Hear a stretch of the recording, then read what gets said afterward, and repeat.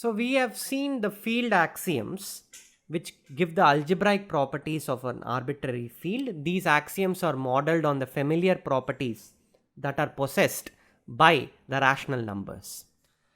Now I mentioned in the last module on the algebraic axioms that there are even fields that are finite. Not only that, they are very important in cryptography. Now I am going to put some more axioms that rules out finite fields also, and at the same time brings forth additional structure to the rational numbers which was so far lacking. Definition, ordered field. So we are going to put an ordering on the field. Okay, an ordered field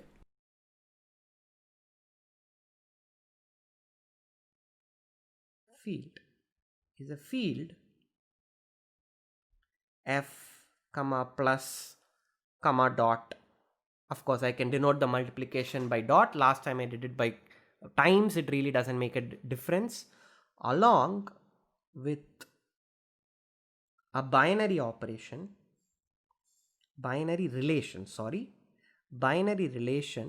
which we denote as less than or equal to. Okay, that satisfies certain axioms. Number one, reflexivity. This should remind you of something from the last week. For all x in f, x is less than or equal to x. 2. Total ordering. This just says that any two elements are comparable. For all xy in f, either x is less than or equal to y or y is less than or equal to x. Note, I say either x less than or equal to y or y less than or equal to x, but as we have seen in the modules on logic, whenever we use or, we always mean inclusive or. It's possible that both x is less than or equal to y and y is less than or equal to x, and that happens precisely when x is equal to x. That's the content of the next axiom, antisymmetry. Antisymmetry says that for all xy in f, x less than or equal to y and y less than or equal to x forces x to be equal to y. The only element that is less than or equal to itself and greater than or equal to itself is the element itself. And fourth property, transitivity. Transitivity just says that if x is less than or equal to y and y is less than or equal to z, then x is less than or equal to z. This is just the familiar transitive property that you have already seen when we studied equivalence relations.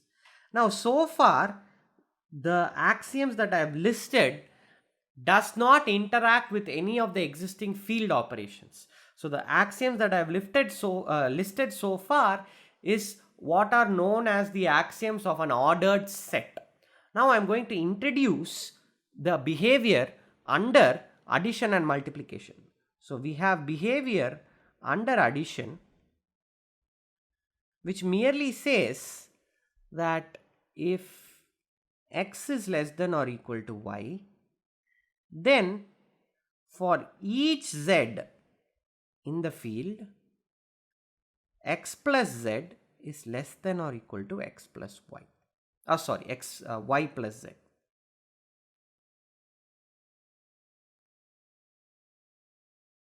Just a second. Y plus z. Okay. So sixth is behavior under multiplication. And as you can guess, what this is about to say is if x comma y are both greater than or equal to 0, recall 0 was our notation for the additive identity, then the product is also greater than or equal to 0. Okay. So this characterizes the properties of an ordered field. These are the 6 axioms that we have in addition to the axioms that we listed about the field properties. Okay, so we just set up some notation. If x is less than or equal to y and x is not equal to y, then we write x is less than y. Okay, note this is just a notation, this is not a theorem or anything. This is just the notation. We define x less than y to mean x is less than or equal to y and x is not equal to y. Similarly, we have greater than or equal to. I leave it to you to formulate what greater than or equal to and greater than are. They are just followed directly from the less than or equal to relation. Okay. We also call the set P to be x in F such that x greater than or equal to 0. This is positive numbers, positive set. Okay. These elements that belong to this set are called positive, and similarly we have the set N to be x in F such that x is less than 0. Okay. So just one moment, I made a slight error. This is not x greater than or equal to 0. This is x greater than 0. Okay. So we have that an element of an ordered field is either positive, negative, or is 0. Okay. Now, I'm going to give you a fairly straightforward exercise. Again, these are just basic manipulations, will give you the proof. So let F be an ordered field. F be an ordered field. You now have to prove the following. Proof. Number 1, if x is positive, then minus x is negative. Okay. Then 2, if a comma b are in the field, so I should write if x is in the field is positive, then minus x is negative. If a comma b are in F and you have a less than b, then minus a is greater than minus b. 3, if a comma b comma c comma d are in F and a is less than or equal to b, c is less than or equal to d, then a plus b is less than or equal to c plus d. Note, this is just a minor variant of one of the axioms, but still it requires a proof. You cannot just take it for granted. 4, if a comma b are in F and you have 0 less than a, sorry, no less than or equal to, 0 less than a less than b, then 0 is less than 1 by b is less than 1 by a. The reciprocal of a larger number will be smaller. Note that 1 by a and 1 by b are the inverses of a and b. It's another notation for the inverses. What happens if you had a less than b less than 0? Think about what happens in this scenario. Another exercise is show that x is greater than y if and only if x minus y is greater than 0. Okay.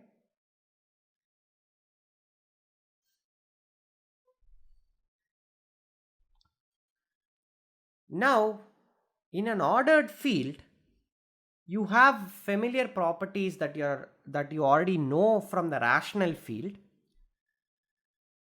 but certain things will require a proof. Let me state a proposition.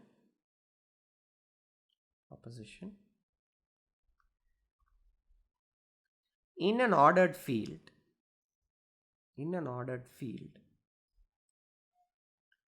1 is greater than 0. Okay, so this I mean, so far what we are proving are all utterly basic and trivial facts, But the thing that you should remember is that we are doing it in a new structure called an ordered field, where you have specifically listed the properties that the field has, and you're trying to derive whatever new property you want just from these basic axioms. Not only do you have 1 greater than 0, and inductively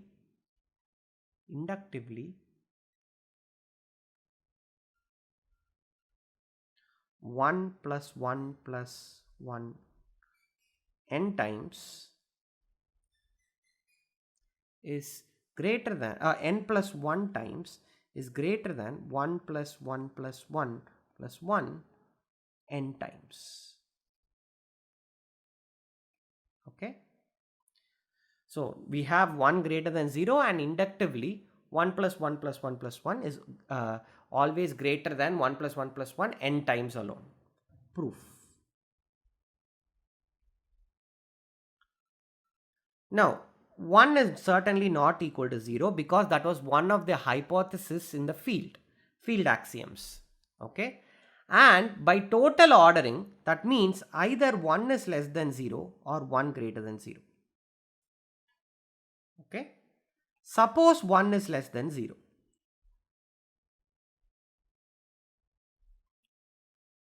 Then I can add minus 1 to both sides by one of the field axioms, the behavior under addition, and conclude that 1 plus minus 1 is less than minus 1. Okay, which in turn gives that 0 is less than minus 1, because 1 plus minus 1 is just 0.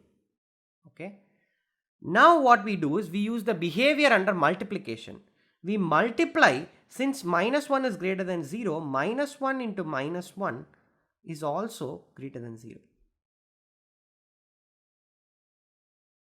Okay, to be precise, I can just write minus 1 into minus 1 is greater than equal to 0. I cannot actually write greater than 0, but it's not really a problem, because minus 1 into minus 1 is anyway 1. We get 1 greater than or equal to 0. But we already know is 1 is not equal to 0, so we can actually conclude 1 greater than 0. Okay, which is a direct contradiction to what we started out with. We started out with suppose 1 is less than 0, and we got 1 greater than 0. So this is a contradiction. So 1 is always greater than 0. Okay, that's the conclusion. Now the second part of the proposition about the inductive behavior is left as an exercise for you to do. Okay, now I started off by saying that these axioms of field and ordered field are all modeled after the familiar properties that the rational numbers Q have. So it is no surprise that we can actually embed Q inside any field, any ordered field. Now it's difficult for me to make these things precise, because we don't have the required background from abstract algebra. So I will take a simplistic presentation and hope that in your abstract algebra course you see it in greater detail. So let F be any ordered field.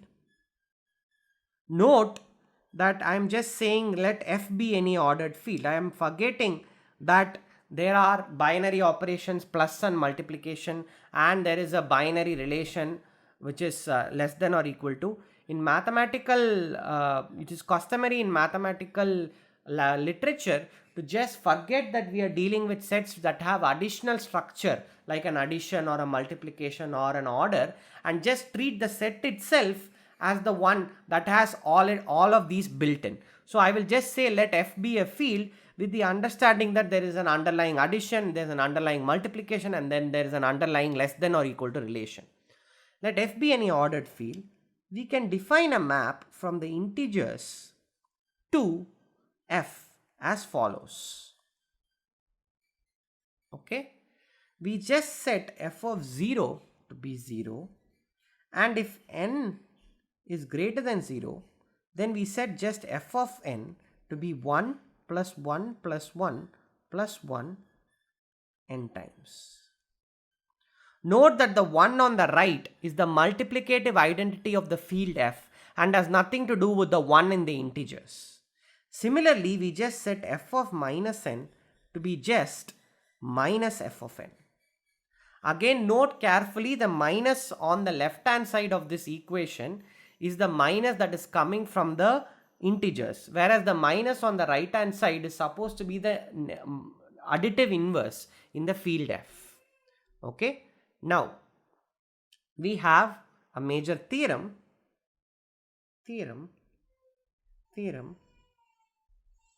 The map f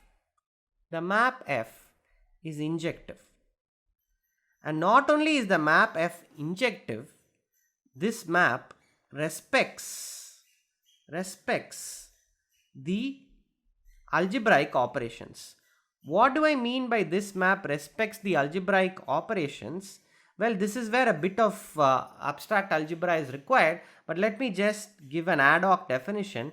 It just means that for all m comma n in Z, f of m plus n is equal to f of m plus f of n, and f of mn is f of m f of n.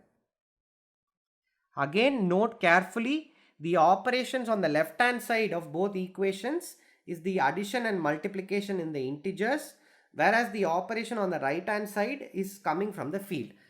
If you are familiar with a bit of ring theory, what this theorem really says is that you have an injective homomorphism from the integers into any ordered field. Okay, so proof. The proof is a bit tricky. So what we will do is we will first prove the second part, that the map f respects the algebraic operations. First of all, note that f of 1 is 1. Okay, so because f of 1 is 1, it is obvious that f respects the operations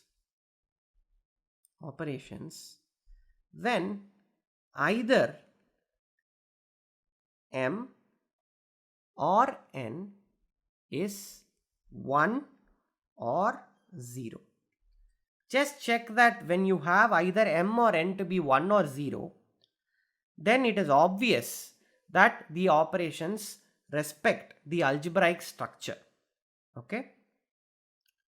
Now what we will do is, since we have shown this for when m or n is 1 or 0, we will assume that m is a fixed integer, m is a fixed positive integer,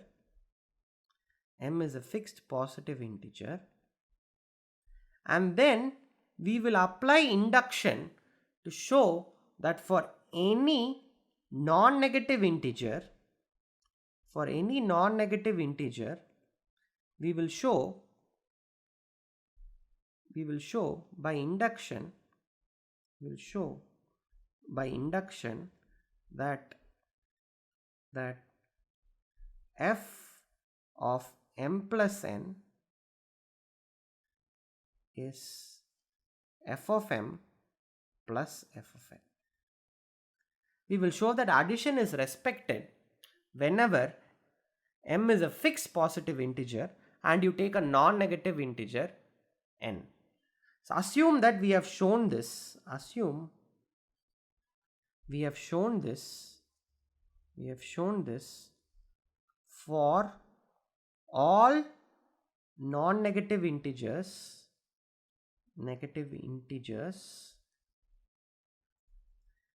less than or equal to n naught. We are going to use proof by strong induction. Then we have to show that f of m plus n naught plus 1 is f of m plus f of n naught plus 1. Okay, but observe that the right hand side, f of m plus f of n naught plus 1, is actually f of m plus f of n naught plus f of 1. Why is this true? This is true because the induction hypothesis says that f of n naught plus 1 is just f of n naught plus f of 1. Okay, but now again, by the this is not the inductive hypothesis, sorry about that. This comes from the fact that whenever you have one of the quantities to be 1 or 0, then the algebraic operations are respected. Now, for this to proceed with the proof, what we will do is we will write this as f of m plus n naught plus f of 1. Why can we do this? We can do this because whenever you have a fixed integer m all the way up to n naught, we already know that the result is satisfied. So f of m plus f of n naught I can rewrite as f of m plus n naught. But this is same as f of m plus n naught plus 1. Okay. This is just f of m plus n naught plus 1. Okay. But what is f of m plus 1 naught? This is just 1 plus 1 plus 1 plus 1 plus 1 dot dot dot plus 1 m plus n naught times plus an additional 1, which is obviously equal to the left hand side. We can argue informally also by writing f of m as 1 plus 1 plus 1 plus 1 m times and f of n naught plus 1 as 1 plus 1 plus 1 plus 1 n naught plus 1 times, and see that it is equal to the LHS also. But the formal argument with the induction is needed to make this mathematically precise. Now, I leave the negative cases as an exercise. It follows immediately from the definition of f of minus n is just minus f of n. From that this will follow. Now, what about multiplication? Multiplication, I will just skip. Multiplication is just repeated addition. It's just repeated addition in the integers. Repeated addition. And the same thing is true in the field when you are multiplying elements of the form 1 plus 1 plus 1 plus 1 times 1 plus 1 plus 1 plus 1. Using distributivity, you can convert it to repeated additions. Okay. So by using the fact that multiplication is just repeated addition, it's very trivial to prove that the same algebraic, the operation of multiplication is also respected by the map f. Okay. Now we still have to show that f is injective. So suppose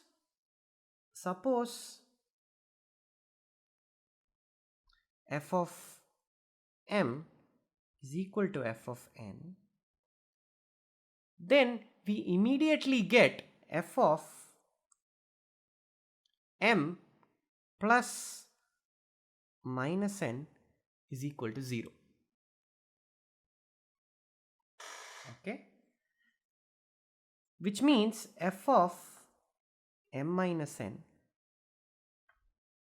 is equal to 0.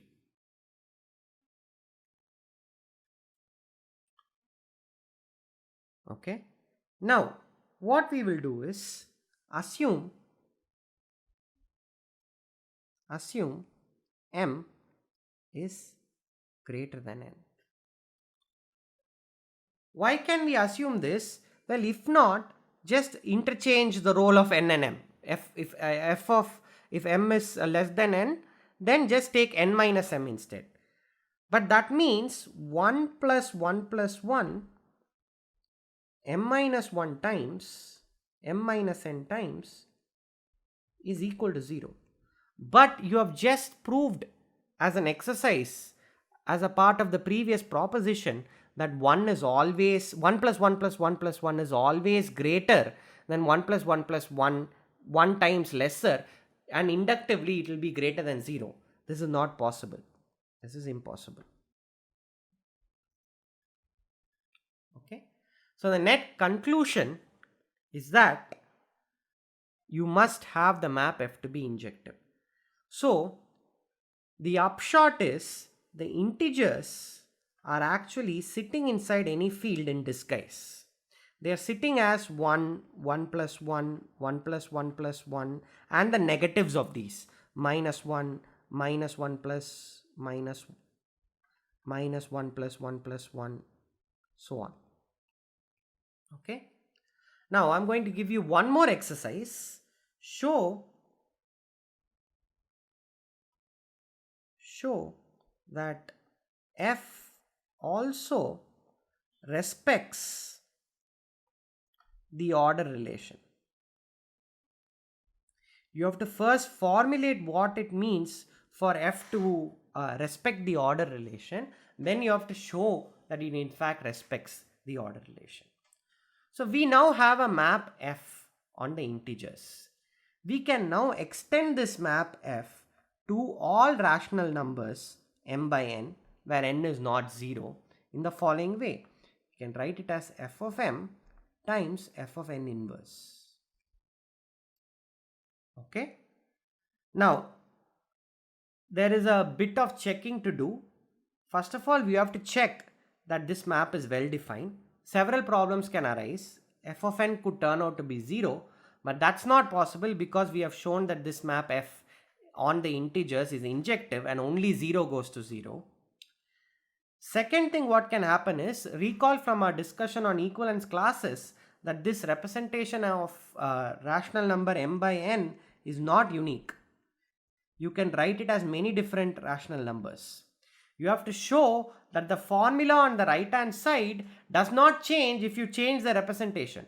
If you write it as f of 2m by 2n, you should not get a different value of f. It should not turn out that f of 2m, f of 2n inverse is different. That should not happen. It should give the same value in the field. That is also easy to check, but a bit tedious. Once this is done, we will know that this map is well defined. And it is not very hard to check that f respects both the algebraic as well as the order structure. F respects both. F respects both the algebraic structure as well as the order structure. And f will be still injective.